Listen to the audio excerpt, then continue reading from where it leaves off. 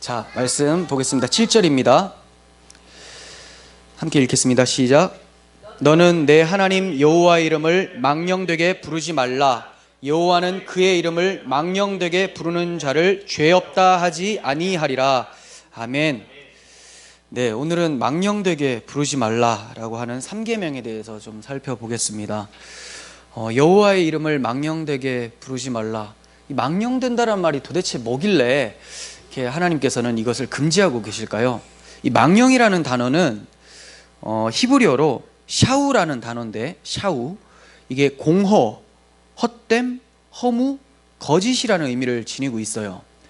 그리고 이 단어는 대체로 비실질적이고 비실제적이고 또 무가치한 어떤 것을 가리킬 때 사용하는 단어예요.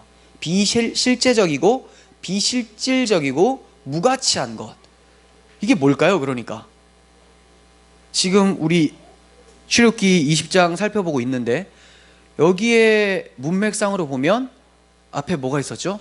다른 신이 있었죠. 그리고 우상들이 있었죠. 이게 바로 허무한 것들이고 헛된 것, 거짓된 것, 비실제적인 것, 무가치한 것이라는 거죠.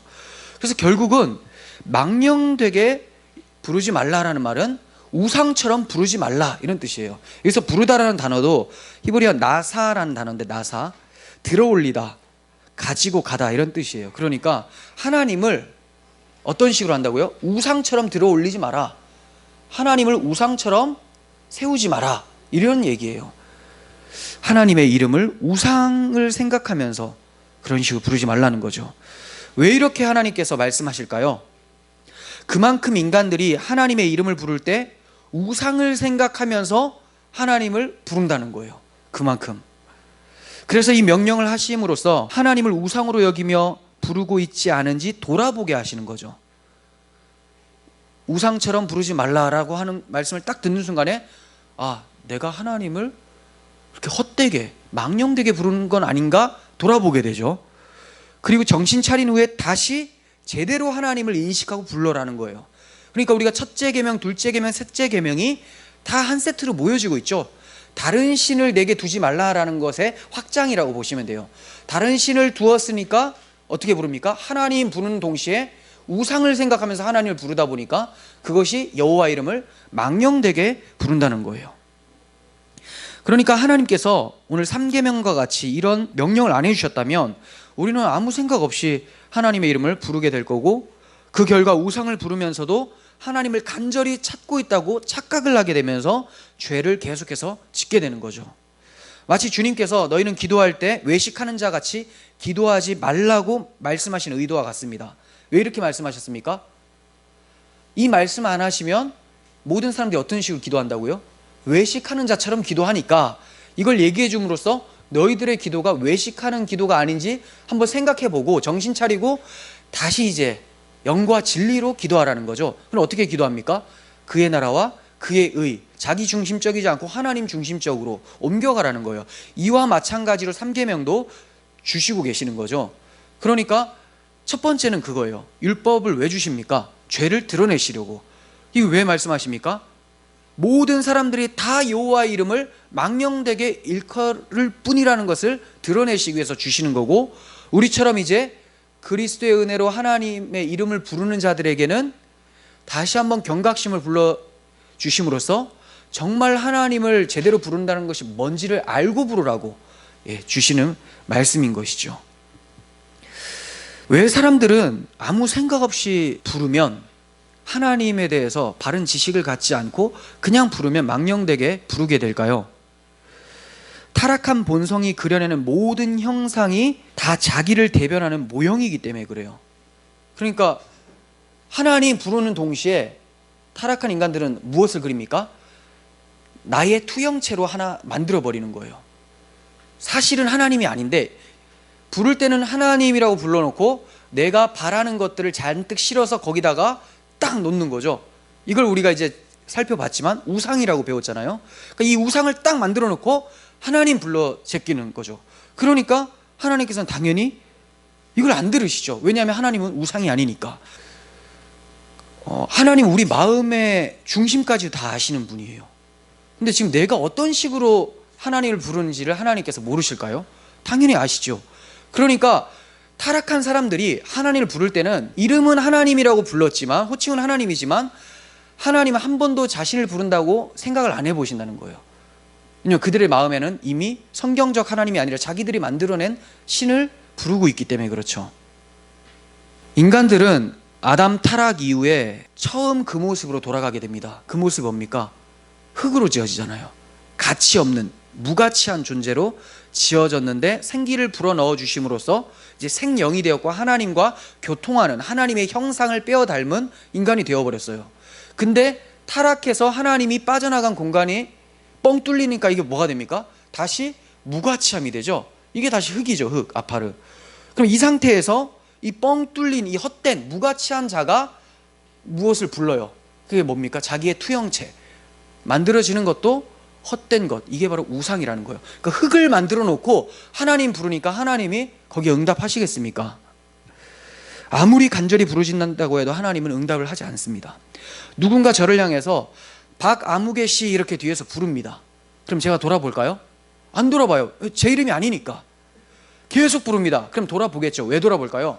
저를 불러서가 아니라 시끄러워서 돌아보겠죠. 이게 뭐야? 하면서 돌아본다는 거예요. 하나님도 마찬가지예요. 이름은 하나님 이렇게 불렀지만 하나님에 대한 사고가 신인식이 잘못된 상태로 부르면 우상을 불러는 건데 하나님께서 그것을 들으실까요? 아니에요. 지금 우상을 부르고 있구나. 계속 부릅니다. 그럼 어떻게 느낍니까? 이놈이 지금 내 이름을 팔아서 우상을 부르고 있구나 해서 화가 나서 시끄러워서 돌아보신다는 거죠. 그때는 뭐가 나갈까요? 매가 나가는 거죠. 그래서 여기서 뭐라고 합니까? 단순히 돌아보신 정도가 아니라 돌아보셔서 죄 없다 하지 아니하신다라고 합니다. 그런 자에게는 죄 없다 하지 않으신다.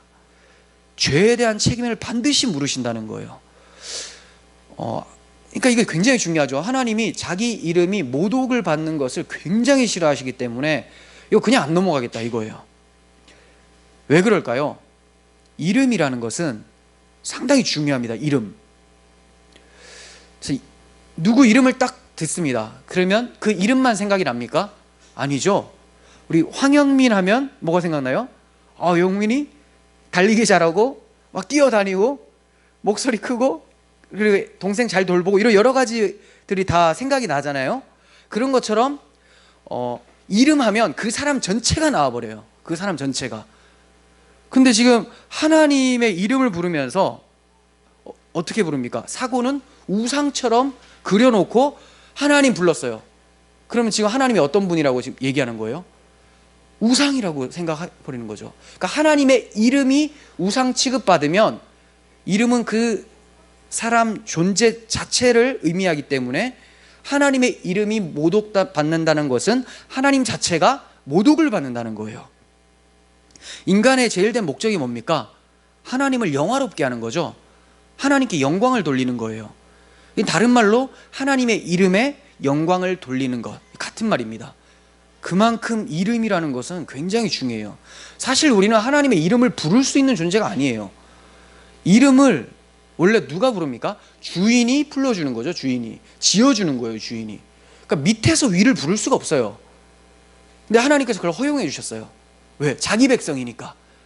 우리는 여호와 이러면 이게 감히 네가 왜 부르냐? 내가 필요할 때 너를 부르는 거지, 내가 너를 쓰고 싶을 때 부르는 거지, 네가 왜 나를 부르냐? 이게 당연한 거 아니겠습니까? 하인이 주인 부릅니까? 주인이 여기 좀 와보세요 이럽니까? 안 그렇죠. 주인이 하인을 부릅니다. 근데 하나님께서는 이걸 허용해 주셨어요. 허용해 주셨는데 이 사람들이 어떻게 부릅니까? 이 주인을 종 부리듯이 자기보다 더 낮은 것처럼 부른다는 거죠. 은혜로 던져준 것을 내 이름은 여호와라, 나는 스스로 있는 자니라 라고 모세에게 말씀하셨는데, 이것은 스스로 있는 자니까 너 같은 존재한테 불릴 정도로 그런 존재가 아니다라는 것을 정신 차리고 알라는 게 선행되는 거예요. 그래서 이스라엘 백성들은 어떻게 생각합니까? 함부로 여호와의 이름을 부를 수가 없는 거예요. 이 사람들은 자칫하면 그냥 끝장난다는 걸 알고 있기 때문에 하나님이라고 부르지 않고 주님이라는 단어로 부르죠. 그래서 야훼, 여호와 이런 말이 많잖아요. 이거 어떻게 불러야 되냐? 야훼라고 불러야 되냐? 여호와라고 불러야 되냐? 워낙 안 썼기 때문에, 이 발음을 안 했기 때문에 잃어버렸어요. 주, 아도나이 이런 식으로 이제 표현을 했었던 것이죠. 이처럼 하나님의 이름을 부른다는 것은 목숨 걸고 부른다는 거예요. 그러니까 하나님의 이름을 우상처럼 부른다면 하나님께서 가만히 있겠습니까? 아니에요. 이스라엘 중에 여호와 이름을 함부로 부르는 사람들이 어떻게 되었는지 좀 보겠습니다. 레위기 24장 10절부터 살펴보겠습니다. 자, 레위기 24장 10절. 이스라엘 자손 중에 그의 어머니가 이스라엘 여인이요, 자, 엄마는 이스라엘, 그 아버지는 애굽 사람인 어떤 사람이 한 이스라엘 사람과 진영 중에서 싸우다가 이스라엘의 여인의 아들이, 그러니까 이 사람이에요, 이 사람이 여호와 이름을 모독하며 저주를 해요. 그러니까 순수 이스라엘인과 반만 이스라엘 사람이 싸우다가 반만 이스라엘인이 여호와 이름을 모독을 하는 거죠. 뭐 그 내용은 제대로 나오지 않지만 아마 뭐 너희 하나님만 하나님이야, 뭐 애굽 신도 신다, 뭐 이런 식으로 얘기를 했었던 걸로 유추할 수 있겠죠. 그래서 여호와 이름을 모독을 했어요. 그 애굽 신은 헛된 거잖아요. 헛된 우상. 모독을 하고 저주를 함으로 무리가 끌고 모세에게로 가니라. 그의 어머니의 이름은 슬로미시요 단지파 디브리의 딸이었더라. 그들이 그를 가두고 여호와의 명령을 기다리더니 여호와께서 모세에게 말씀하여 이르시되 그 저주한 사람을 진영 밖으로 끌어내어 그것을 들은 모든 사람이 그들의 손을 그의 머리에 얹게 하고 온 회중이 돌로 그를 칠지니라. 어떻게 온 회중이 돌로 그를 치래요. 근데 왜 들은 모든 사람들이 손을 그 머리에 얹으라고 할까요? 들은 것 자체로 이미 다 부정한 자들 가운데 속하게 돼버리는 거예요. 여호와의 이름을 모독한 무리 가운데 다 속하게 돼버리는 거죠. 그때 하나님께서 은혜를 주십니다. 자, 너희들의 죄를 이 모독한 자에게 손을 얹으면 넘어가는 걸로, 손을 얹는 것은 전가시킨다라는 의미가 있거든요. 그러니까 안수 개념이. 그래서 자기 죄를 사하기 위해서 제사 제물을 가져갈 때 어떻게 합니까? 송아지에다 대고 안수를 하죠. 내 죄가 요놈한테 옮겨갑니다, 이런 뜻이에요. 그러니까 지금 그것을 들은 사람들이 다 같이 범죄한 꼴이 되는데 여기서 요 사람에게 넘깁니다. 망령되게 일컬었던 그 사람에게 넘기고 이 사람은 돌로 쳐 죽임을 당하게 되는 거죠. 15절. 너는 이스라엘 자손에게 말하여 이르라. 누구든지 그의 하나님을 저주하면 죄를 담당할 것이요 여호와 이름을 모독하면 그를 반드시 죽일지니 온 회중이 돌로 그를 칠 것이니라. 거류민이든지 본토인이든지 여호와 이름을 모독하면 그를 죽일지니라. 철저하게 하나님께서 응징하시죠. 이처럼 여호와 이름을 망령되게 부르면 반드시 죽임을 당하기 때문에 이스라엘 사람들이 여호와 이름을 부를 수가 없었던 거예요. 자칫하면 죽으니까 차라리 안 부르고 안 죽는 게 낫겠다, 이런 생각 안 하겠습니까? 하나님의 이름을 망령되게 부르는 일들이 참 많습니다. 어떤 것이 있는지 한번 좀 생각해 보겠습니다. 제가 여러분 그 프린트에 1번, 2번 이렇게 해놨죠. 한번 보세요. 첫 번째는 하나님의 이름을 가볍고 불손하게 부를 때가 있어요. 가볍고 불손하게. 그러니까 뭐 심심해서 아이고 주여, 아이고 주여, 뭐 이런 뭐 쓸데없이 후렴구처럼 넣는 사람들. 그리고 뭐 말만 하면 하나님이 다 해주셔. 그러니까 정말 그 하나님이 다 해주신다라는 게 아예 틀린 문장은 아니죠. 근데 그 마음에는 공허한 상태로 부른 거예요. 그 뭐예요? 우상. 아예 헛되게 부른 거예요. 그러니까 이런 거 가볍고 불손하게 부르는 행동. 그 우리가 지금 여호와 이름을 이렇게 불손하게 많이 부르는데 안 죽고 살아있는 게 기적이죠. 예수님이 대신 십자가에서 가져가셨기 때문에 그래요. 조금 이따 또 살펴보겠습니다. 두 번째, 하나님의 이름을 부르면서도 그분의 이름에 맞는 삶을 살지 않을 때, 이거 정말 중요하죠. 하나님 불러요. 근데 그분의 이름에 걸맞는 삶을 살지 않을 때, 그러니까 하나님 부른다는 것은 하나님 백성이라는 건데 이방인들은 아예 하나님을 부르는 시도를 안 하죠. 자기 하나님이 아니니까. 근데 하나님의 백성이 하나님을 부르는데 삶은 하나님 백성이 아니에요. 이거 뭡니까? 내가 너희 중에 그렇게 너의 그 타락한 모습의 주인이라면 내가 타락했다는 말이냐? 이렇게 들려지겠죠. 그렇게 올바르지 못한 죄악된 행위를 하면서 하나님을 부르면 하나님이 내가 죄악된 백성의 주인이란 말이냐? 이렇게 들리겠죠. 토마스 왓슨이 이런 얘기를 합니다. 가장된 거룩은 이중 죄악이다. 이거는 겉으로만 죄악을 얘기하는 게 아니라 겉으로는 참 거룩한 모습을 가지고 있습니다. 내 안에는 썩었어요. 남 증오하고 미워하고 시기 질투 다 하고 사람 안 보이는 데서는 온갖 나쁜 짓 다 하면서 겉으로는 굉장히 거룩한 척을 합니다. 그러면서 하나님 해요. 그러면 이게 뭡니까? 토마스 왓슨은 이걸 이중죄악이라고 해요. 겉으로 한 행동 이 자체도 죄악이고 거룩한 척했던 거, 그리고 하나님 부르는 것도 죄악이라는 거예요. 디도서 1장 16절 보겠습니다. 그들이 하나님을 시인하나 행위로는 부인하니 가증한 자요 복종하지 아니하는 자요 모든 선한 일을 버리는 자니라. 하나님을 입으로는 시인하는데 행위로는 부인한대요. 그러니까 우리는 이 사람이 예수를 믿나 안 믿나를 어떻게 알게 됩니까? 이 사람이 예수님의 모습처럼 살아가고 있는가로 살펴볼 수가 있겠죠. 두 번째, 또 로마서 2장 24절, 기록된 바와 같이 하나님의 이름이 너희 때문에 이방인 중에서 모독을 받는도다. 이렇게 거룩한 척 하다가 안에 더러운 것들이 이제 어느 시점에 되면 팡 터져 나온단 말이에요.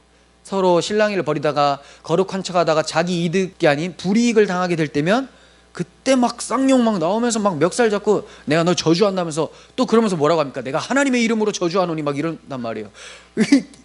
마음으로도 악을 죄를 범하고 입으로도 하나님의 이름을 또 망령되이 일컬었어요.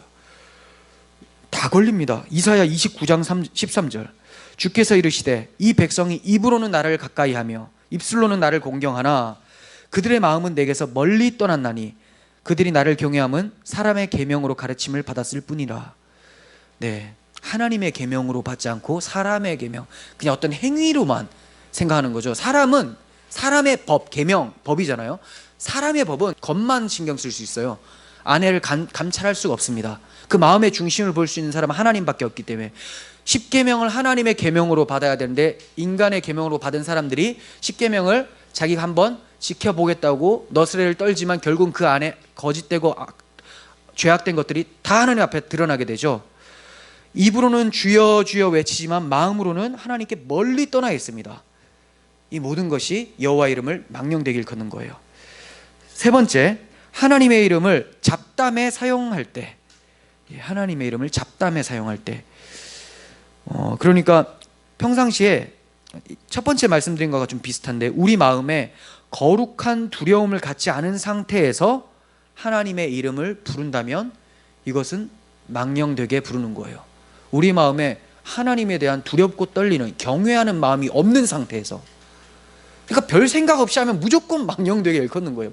별 생각 없이 뭐 가면서 조금만 이제 발목이라도 조금 삐끗하거나 주여 이런 거 있잖아요. 이런 거 어디서 잘합니까? 저기 미국 사람들이 영화 보면 많이 나오죠.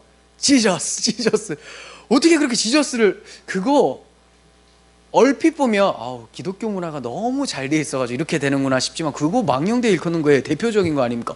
오 마이 갓, 어디 오 마이 갓, 심심하면 오 마이 갓이고 지저스예요. 그러니까 우리도 그런 거 맞죠? 아버지, 아버지. 그 아버지가 뭐 우리 육신의 아버지를 부른 겁니까? 아니잖아요. 그 하나님에 대한 두렵고 떨리는 마음이 전혀 없어요. 물론 우리 아버지죠. 그래서 그분이 어떤 분인지를 안다면 그렇게 함부로 말을 할 수가 없는 거죠. 자, 그리고 네 번째, 하나님께 기도하지만 믿지 않고 기도할 때. 기도는 해야 될 것 같아요. 기도 안 하면 불신자라고 계속 목사님이 얘기를 하니까 기도는 해야 되는데 하나님 이렇게 해주시기를 원합니다 라고 해놓고 여전히 근심 걱정이 너무 많아요. 그건 뭐예요? 기도는 했지만 안 들어주실 것을 확실하게 믿고 있는 거죠. 그럼 뭘 믿는 거예요? 하나님을 믿는 것이 아니라 하나님이 안 들어주실 것을 굳게 믿는 거예요. 이거는 기도는 하지만 믿지 않는 것. 이건 어떤 죄냐? 하나님이 귀는 있다고 생각을 해요. 그래서 기도는 하는 거 아닙니까? 하나님 불러요.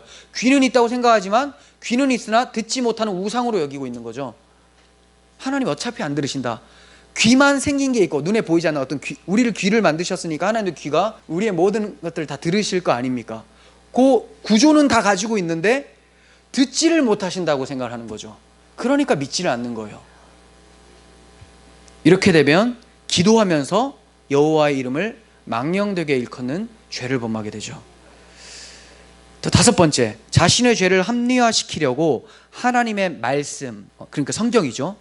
그리고 하나님의 이름을 막 갖다 끌어다 쓸 때 자기 죄를 합리화시키려고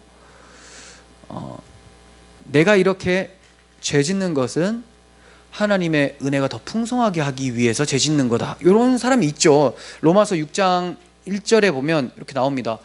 율법이 들어온 것은 범죄를 더하게 하려 함이라. 그러나 죄가 더한 곳에 은혜가 더욱 넘쳤나니 하고, 자, 한 절 넘어가서 보면 그런즉 우리가 무슨 말을 하리요? 은혜를 더하게 하려고 죄에 거하겠느냐? 이렇게 말하는 자들이 있다는 거예요. 죄가 깊으면 은혜가 크니까, 그렇죠? 죄를 깊이 묵상하고 자기가 죄악된 것을 아는 자, 죄인 중에 괴수라고 고백한 바울이 가장 큰 은혜를 받은 자잖아요. 그러니까 죄를 많이 지으면 은혜가 크구나 라고 해서 은혜를 많이 받기 위해 내가 죄를 짓는 거다라고 한다면 이게 뭡니까? 성경을 자기 죄짓기 합리화시키기 위해서 갖다 썼기 때문에 여호와의 이름을 모독하는 것이 된다는 거예요. 여호와의 이름을 모독한다. 또 어떤 게 있습니까? 성경을 사사로이 풀 때 성경을 자기 멋대로 푸는 거예요. 멋대로. 오직 그리스도와 그분의 의만을 구하는 그의 나라, 여기에 초점이 아니라 사사롭게 그냥 내 도덕적인 가르침이나 내 삶의 세속적 기륭화복 이런 것들에 대해서 막 풀어 쓰거나, 아니면 좀 뭐 영지주의 성향이나 기복적인 성향이나 여러 가지 있잖아요. 비성경적으로 풀어낼 때 이게 바로 여호와의 이름을 망령되게 일컫는 거예요. 여호와의 말씀을 망령되게 일컫는 거랑 마찬가지죠. 자, 마지막 6번째, 하나님의 이름을 경솔하게 자기 과실을 위해 맹세를 할 때, 그러니까 맹세를 할 때 여호와의 이름을 망령되게 일컫는 경우가 많아요. 왜 맹세를 합니까? 안 믿어주니까. 얼마나 삶이 거짓이 많으면 믿지를 않을까요, 사람들이. 그러니까 내가 맹세한다. 근데 맹세도 뭐 자기보다 좀 더 높은 걸 가지고 맹세를 해야지 먹어줄 거 아닙니까? 맹세할 때 우리 집 강아지 이름으로 맹세를 한다라고 하면 누가 들어주겠어요? 그러니까 높은 걸 하다 보니까 어디로 합니까? 하나님의 이름을 갖다 써요. 내가 하나님 앞에서 내가 맹세를 하는데 이게 맞다라고요. 그러니까 일단은 삶이 얼마나 인정을 못 받으면 맹세를 하느냐, 이 삶의 문제 때문에 죄를 짓고, 거기다가 감히 하나님의 이름을 거기다가 갖다 썼기 때문에 또 죄를 짓는 거죠. 경솔한 거예요. 경솔하고 자기 과실을 위해서. 이렇게 하나님의 이름을 망령되게 부르는 일에 주의를 해야 됩니다. 이게 바로 우상숭배이기 때문에 그래요. 하지만 여기에 걸리지 않는 사람이 있을까요? 여기 다 걸립니다. 우리는 주의를 기울이는 건 맞지만 안 걸리지는 않아요. 다 걸려요. 우리뿐만이 아니라 이스라엘 백성도 이러한 죄로 인해서 하나님의 회초리를 맞았던 적이 많죠. 에스겔 36장 찾아보겠습니다. 에스겔 36장 16절부터 16절 읽겠습니다. 여호와의 말씀이 또 내게 임하여 이르시되, 인자야, 이스라엘 족속이 그들의 고국 땅에 거주할 때에 그들의 행위로 그 땅을 더럽혔나니 나보기에 그 행위가 월경 중에 있는 여인의 부정함과 같았느니라. 피를 흘리면 부정하다고 여겼는데 이들이 마치 그 고국 땅에서 있었던 그 행위가 이러한 죄와 같다. 그 행위가 뭘까요? 자, 봅니다. 그들이 땅에 피를 쏟았으며 그 우상들로 말미암아 자신들을 더럽혔으므로 우상 숭배를 했었죠. 내가 분노를 그들 위에 쏟아 그들의 그 행위대로 심판하여 우상 숭배대로 심판을 했더니 어떻게 됩니까? 각국에 흩으며 여러 나라에 해쳤더니 하나님 나라에서 쫓겨난 거예요. 약속의 땅에서 쫓겨나는 것이 행위대로 심판인 겁니다. 그들이 이른바 그 여러 나라에서 내 거룩한 이름이 그들로 말미암아 더러워졌나니 이들은 여호와의 백성이라도 여호와의 땅에서 떠난 자라 하였음이라. 이렇게 조롱합니다. 그러니까 하나님을 믿는다고 하지만 결국 하나님께서 너희들을 그 하나님의 땅에 두지 않는구나 하면서 조롱을 해요. 그러니까 하나님의 신실하심에 대한 조롱, 하나님 백성에 대한 조롱을 하죠. 이것이 바로 하나님의 이름을 더럽히게 되는 거라고 말씀하죠. 그러니까 이들은 우상숭배 죄를 지어서 하나님의 이름에 먹칠을 했고, 또 쫓겨나서 거기서 이방 나라 사람들한테 모욕을 당함으로써 또 하나님의 이름에 먹칠을 하게 되는 거예요. 2번이나. 자기 이름을 위해 어떻게 하실까요? 21절, 그러나 이스라엘 족속이 들어간 그 여러 나라에서 더럽힌 내 거룩한 이름을 내가 아꼈노라. 하나님이 자기 이름이 더럽혀졌는데 이것을 이제 아낀대요. 어떤 식으로 아끼는지 봅니다. 계속 읽어보겠습니다. 그러므로 너는 이스라엘 족속에게 이르기를, 주 여호와께서 이같이 말씀하시기를, 이스라엘 족속아, 내가 이렇게 행함은 너희를 위함이 아니요 너희가 들어간 그 여러 나라에서 더럽힌 나의 거룩한 이름을 위함이라. 하나님 무슨 일을 이제 시작하실 텐데 그 이유가 뭐냐? 하나님의 일하심의 동기부여는 하나님의 이름의 영광이에요.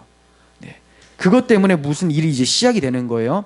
23절, 여러 나라 가운데서 더럽혀진 이름 곧 너희가 그들 가운데서 더럽힌 나의 큰 이름을 내가 거룩하게 할지라. 그럼 이름을 아끼는 것은 이름을 거룩하게 한다는 거죠. 내가 그들의 눈앞에서 너희로 말미암아 나의 거룩함을 나타내리니 내가 여호와인 줄을 여러 나라 사람들이 알리라. 주 여호와의 말씀이니라. 자신의 이름을 아껴서 거룩하게 하신다고 합니다. 가만히 계시지 않아요.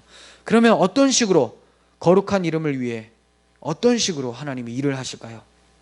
24절, 내가 너희를 여러 나라 가운데서 인도하여 내고 고국 땅에 들어가서 맑은 물을 너희에게 뿌려서 너희로 정결하게 하되. 이거는 이제 좀 상징적인 의미죠. 네, 뭐 씻는다고 사실 정결하게 되는 게 아닙니다. 하나님께서 이처럼 이들을 새롭게 하겠다라는 뜻이에요. 다시 약속의 땅으로 오게 해서 정결하게 하되 곧 너희 모든 더러운 것에서와 모든 우상 숭배에서 너희를 정결하게 할 것이며 또 새 영을 너희 속에 두고 새 마음을 너희에게 주되 너희 육신에서 굳은 마음을 제거하고 부드러운 마음을 줄 것이며 내 영을 너희 속에 두어 너희로 내 율례를 행하게 하리니 너희가 내 규례를 지켜 행할지니라. 내가 너희 조상들에게 준 땅에서 너희가 거주하면서 내 백성이 되고 나는 너희의 하나님이 되리라. 내가 너희를 모든 더러운 데서 구원하고 곡식이 풍성하여 기근이 너희에게 닥치지 아니하게 할 것이며 또 나무의 열매와 밭의 소산을 풍성하게 하여 너희가 다시는 기근의 욕을 여러 나라에게 당하지 아니하게 하리니. 하나님께서 굉장히 많은 것을 베풀어 주시죠. 누구에게? 이스라엘 백성들한테. 첫 번째는 고국 땅으로 돌아오게 만드는 것, 거기서 우상 숭배를 이제 그치게 하는 것, 그리고 그거에 바로 정결하게 한다는 거죠. 그리고 그 정결하게 하는 과정이 뭐가 들어갑니까? 새 영을 주고 새 마음을 준다는 거예요. 그리고 이것이 부어지면, 새 영, 새 마음이 부어지면 하나님의 율례와 규례, 즉 하나님의 법도를 진짜 지킬 수 있게 된다. 이전에는 지키지 않고 우상 숭배하다가 팔려갔는데 이제 지킬 수 있는 자로 만들어내겠다. 이렇게 지키는 자들에게는 어떠한 은혜가 풍성하게 찾아옵니까? 나무 열매와 밭의 소산, 기근이 없어요. 그러니까 이 영적인 풍요로움을 막 설명하는 거죠. 이런 것들을 하나님께서 막 부어주시겠다 말씀하는 거예요. 하나님 이름 때문에. 근데 왜 이들을 회복시킵니까? 분명히 하나님이 내가 내 이름을 아꼈다, 내 이름을 거룩하게 하겠다라고 했잖아요. 근데 누구를 거룩하게 만듭니까? 자기 백성을 거룩하게 만들고 있어요. 지금 자기 백성을 깨끗하게 만들죠. 자기 이름이 더럽혀졌다고 해놓고 자기 백성을 깨끗하게 만들어요. 그러면 자기 이름을 어디다 두셨다는 거예요? 자기 백성에게 두셨기 때문에 그래요. 하나님의 이름은 둥둥 떠다니는 게 아니라 자기 백성에게 하나님의 이름이 있는 거예요. 그러니까 우리의 모습, 교회 가운데에 하나님의 이름이 있는 거고, 교회가 교회다움을 잃어버리면 이것이 여호와 이름을 망령되게 건다는 거죠. 하나님께서 겉만 번지르한 교회, 속의 내용이 완전 썩어가지고 하나님을 경외함도 없고 율례와 규례를 지키지 않고 우상 숭배하는 이 자들을 어떻게 해요? 진짜 교회로 만들어내겠다, 진짜 이스라엘로 만들어내겠다. 자기를 위해, 자기 이름을 위해, 이렇게 말씀하는 거죠.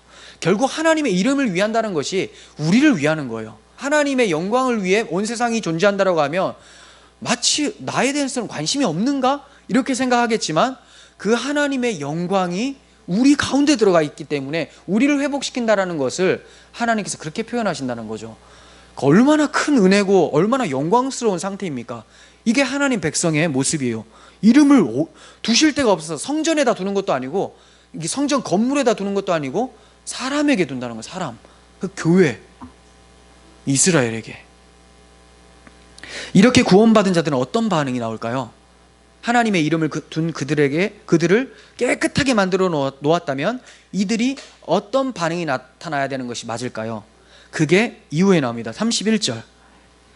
그때 너희가 악한 길에서 너희 좋지 못한 행위를 기억하고 너희 모든 죄악과 가증한 일로 말미암아 스스로를 믿게 보리라. 주 여호와의 말씀이니라. 내가 이렇게 행함은 너희를 위함이 아닌 줄 너희가 알리라.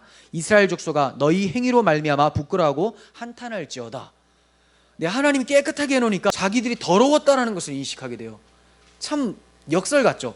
이제 깨끗해지고 나니까 자신의 더러움을 그제서야 고백을 하게 됩니다. 그리고 자신을 미워하게 돼요. 누구를 사랑하게 됩니까? 하나님만을 사랑하게 되죠. 자신은 하나님 없으면 아무것도 아니라는 것을 인식하게 됩니다. 너의 행위로 말미암아 부끄러워하고 한탄할지어다라고 하는 말씀이 응하게 되죠. 그러니까 우리가 그것을 스스로 막 깨달으려고 해서 깨달아지는 것도 아니에요. 하나님이 은혜 부어 주셔가지고 깨닫게 할 때 이러한 고백이 툭 튀어나오겠죠. 깨끗해지면, 거듭나지면. 그런데 이런 말씀이 바벨론 포로 귀환 후에 바로 성취가 됩니까?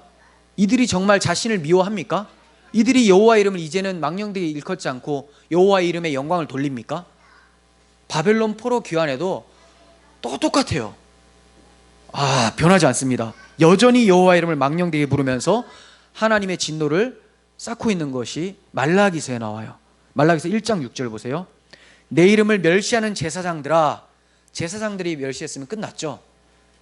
오늘날에 목사들이 예수님의 가르침대로 따라가지 않는다면 교회는 끝난 거예요. 그와 마찬가지로 지금 끝나가고 있어요. 큰일 났어요.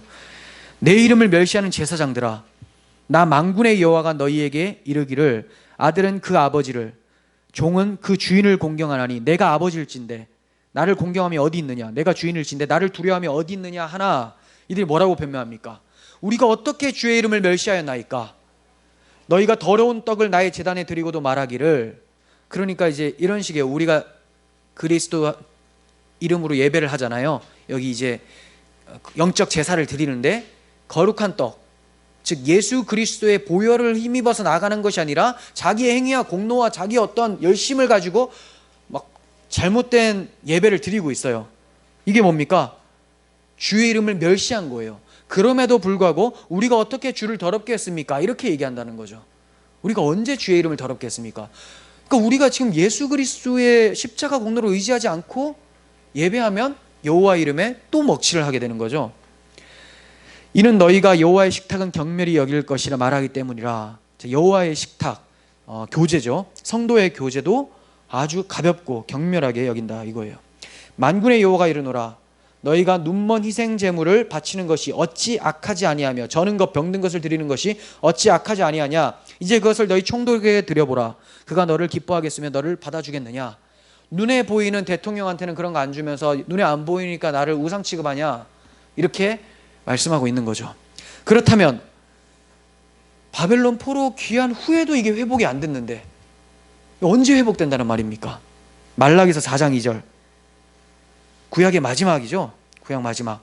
내 이름을 경외하는 너희에게는 공의로운 해가 떠올라서 치료하는 광선을 비추리니 너희가 나가서 외양간에서 나온 송아지같이 뛰리라.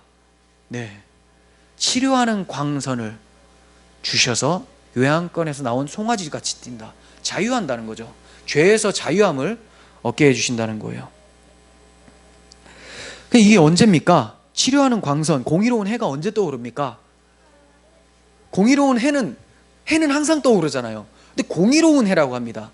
공의, 하나님의 공의, 그분이 해와 같이 비침으로 우리에게 찾아오는 때 바로 예수 그리스도께서 오셔서 십자가에서 우리의 죄를 대속하심으로 여호와 이름을 망령되게 일컬었던 우리들의 죄가 다 사하여지고 성령이 부어지심으로 자신들의 죄악들을 발견하게 되고 그제서야 부끄러워 한탄하게 된다는 거죠. 죄 사함을 받고 성령이 부어지면 그제서야 내가 얼마나 죄악된 인간인지를 고백하게 돼요. 스가랴서 12장 10절, 내가 다윗의 집과 예루살렘 주민에게 은총과 간구하는 심령을 부어주리니, 성령을 부어주리니 이 말이죠. 그들이 그 찌른 바 그를 바라보고 그를 위하여 애통하기를, 독자를 위하여 애통하며 그를 위하여 통곡하기를 장자를 위하여 통곡하듯 하리로다. 자신의 죄 때문에 예수께서 죽으신 것을 알면 독자를 잃은, 장자를 잃은 슬픔처럼 이제 통곡하게 돼요. 나 같은 피조물, 죄악된 피조물 때문에 하나님의 아들이 죽음을 당하셨구나. 하나님이 자기 희생으로 나를 용서해 내심으로 자기의 이름을 거룩하게 하셨구나를 알고 탄식하면서 애통하게 된다는 거죠. 하지만 은총과 간구하는 심령을 받지 않으면 여호와 이름을 망령되게 부르고 계속해서 부르고 있으면서도 그 죄를 알지도 못해요. 끊임없이 계속 죄를 짓게 되죠. 결국 하나님의 진노는 점점 쌓여져 가는 거예요. 가장 흔하게 일어나는 것이 맹세입니다. 맹세. 무슨 일만 있으면 하나님 앞에서 맹세한다고 난립니다. 하나님을 어떻게 여기기 때문에 그렇습니까? 헛것, 우상으로 여기기 때문에 맹세 이런 것도 굉장히 쉽습니다. 맹세하면 거기에 대한 책임이 따르는데 하나님을 우상시 여기니까 무가치하고 비실제적인 존재로 인식을 하니까 맹세가 그렇게 쉬운 거예요. 이러한 우상숭배에서 벗어나는 길은 예수 그리스도 십자가 대속과 그로 인해 부어지는 성령을 통해서만 가능하다는 거예요. 여호와의 이름을 유일하게 공경하신 분이 여호와의 이름을 망령되이 일컫는 자들에 의해서 죽임을 당하시는 거예요. 아까 우리가 살펴봤었죠. 그 이스라엘 엄마를 돕고 애굽 아빠를 둔 사람이 돌에 맞아 죽잖아요. 그 사람은 그 죄 때문에 죽습니다. 하지만 예수님은 여호와 이름에 영광만 돌리신 분인데 우리 모든 자들이 예수님 머리 위에 안수하듯이 손을 놓고 그분이 대신 다 가지고 가신다는 거죠. 그래서 우리가 살게 되는 거죠. 왜 그렇게 하십니까? 죄인들로 하여금 예수님과 함께 그 이름을 찬양하는 자로 만들어내기 위해서 하나님께서 자기 아들을 버리셨다는 거예요. 버리신 것뿐만이 아니라 부활시키심으로 부활하고 승천하실 때 어떻게 합니까? 우리 하이델베르크 배웠잖아요. 비록 우리가 몸은 이 땅에 있지만 우리의 영혼, 실제적인 것, 우리의 상태는 하나님 보좌 우편에 그리스도와 함께 앉아 있다. 네. 이것을 위해서 하나님께서 자기 아들을 내어주신다는 거죠. 망령되이 여호와의 이름을 일컫는 우리들을 위해 여호와의 이름의 영광만 돌린 그분을 십자가에 내어주신 것입니다. 이것을 아는 자들은 그리스도 안에서 여호와의 이름의 영광을 위해서만 살고자 하는 마음이 생겨나게 되는 것입니다. 그것이 성도의 사명이고 인생 목적이라는 거죠. 당신 왜 삽니까? 라고 하면 여호와의 영광을 위해서요. 여호와의 영광을 위한 것이 뭡니까? 여호와의 이름을 위하는 겁니다. 이름이란 무엇입니까? 이름은 우리 안에 두신 겁니다. 우리 안에 두셨으니 원래 성전에 하나님의 이름이 있다고 하잖아요. 여호와여 이 성전에 당신의 이름을 두시고 솔로몬이 그런 식으로 기도를 합니다. 근데 이제 그 성전이 어디라고 하죠? 너희는 거룩한 성령의 전이다라고 하잖아요. 너희는 성령의 전. 그러니까 여호와의 이름을 위한다라는 것은 우리 안에 계신 그리스도를 소멸치 않고 그리스도만 영광 돌리면서 하나님의 말씀대로 살아가는 그 모습, 그게 우리 각자에게 나타날 때 여호와의 이름에 영광을 돌리게 되는 거죠. 근데 그렇지 않고 내 안에 계신 성령을 소멸하고 내 멋대로 자기 부인하지 않고 살아간다면 아무리 교회 생활 열심히 하는 것처럼 옆에 보여도 그는 삶 전체로 여호와의 이름에 망령되게 일컫는 그런 죄를 범하고 있는 거예요. 하나님은 자기 백성들이 자기 부인의 삶을 살도록 단순히 지식에서만 새롭게 하시는 것이 아닙니다. 자기 부인의 삶을 사는 것이 여호와 이름의 영광을 돌리는 것인데 하나님은 단지 머릿속으로만 내가 나를 부인해야 되고 성경에는 이렇게 말씀되어 있고 이거를 아는 지식만 주신 것이 아니라는 거예요. 자기 부인은 지식으로 그치는 것이 아니라 삶에서 죽기까지 낮아지도록 하나님께서 환경을 조성하셔서 삶 또한 자기 부인의 모습으로 나아가도록 이끌고 가신다는 거죠. 쉽게 말해서 지식만 바르게 가지고 있다고 되는 것이 아니라 그 지식이 우리에게 작용해서 정말로 죽기까지 낮아지려면 하나님 환경을 동원해서 우리를 완전히 낮춰버린다는 거예요. 그때 그 낮아진 자리에서 여호와의 이름이 영광을 받게 됩니다. 이게 스가랴서 13장 7절에 나옵니다. 만군의 여호와가 말하노라 카라 깨어서 내 목자 내 짝된 자를 치라. 예수님을 상징하죠. 예표합니다. 목자를 치면 양이 흩어지려니와 제일 처음에 사도들이 다 흩어졌었죠. 네, 다 흩어졌는데 작은 자들 위에는 자신을 큰 자라고 여기지 않아요. 하나님이 필요하다고 여기는 이 자들 위에는 내가 내 손을 들이우리라 라고 하는데 이게 하나님의 은혜를 상징하는데 이 은혜를 어떤 식으로 설명하냐면 8절 여호와가 말하노라 이 온 땅에서 3분의 2는 멸망하고 3분의 1은 거기 남으리니 남은 자 정말 조금만 남는 거죠. 내가 그 3분의 1을 이게 이제 아까 작은 자들 위에 손을 들이운다는 거예요. 3분의 1을 불 가운데 던져 은같이 연단하며 금같이 시험할 것이라. 그들이 내 이름을 부르리니 내가 들을 것이며 나는 말하기를 이는 내 백성이라 할 것이요 그들은 말하기를 여호와는 내 하나님이시라 하리라. 하나님이 작은 자들 위에 손을 들이우는 것이 참 따뜻한 것처럼 느껴졌는데 이 내용이 불 가운데 던져서 은처럼 연단하고 금처럼 시험하겠다라는 거예요. 근데 이게 은혜라는 겁니다. 왜? 그 과정을 통과하면 뭐가 나올까요? 순금이 나오죠. 내가 순금과 같이 나아오리라. 그렇게 나아오면 고난을 통과해서 하나님의 순수한 하나님의 백성의 모습을 갖게 되면 어떻게 됩니까? 그들이 내 이름을 부를 때 내가 들을 것이며 라고요. 여호와 이름을 망령되게 일컬으면 제가 안 듣는다고 했죠. 하나님이 절대 안 들어요. 하나님을 부른 게 아니니까, 헛것을 불렀으니까. 근데 이들이 부르면 하나님이 들으세요. 예수님께서 말씀하셨죠. 너희는 이렇게 기도하라. 하늘에 계신 우리 아버지여. 들으신다는 거예요. 왜? 예수님이 듣도록 만들어내셨어요. 십자가의 고난으로 대속하시고 그 십자가를 우리 인생 속에서 손으로 들이우심으로 다 십자가, 자기 부인의 삶을 살아가게 되죠. 그 가운데서 애통하며 부르짖는 그 기도는 하나님이 들으시고 내가 말하기를 이는 내 백성이라 할 것이고 그들은 하나님은 나의 하나님이시다 이렇게 고백하게 된다는 거예요. 그러니까 하나님의 이름을 망령되게 일컫지 않고 영광을 돌린다는 것은 단지 감성적인 그런 내용이 아니라는 거예요. 하나님의 이름에 영광을 돌려야지 이게 아니라 우리가 죽어나가야 된다는 거죠. 자기 부인, 하나님이 손을 들여서 불에 던져놓은 것처럼 그 고통 가운데서 영적 치열한 전투 가운데 뭐가 일어납니까?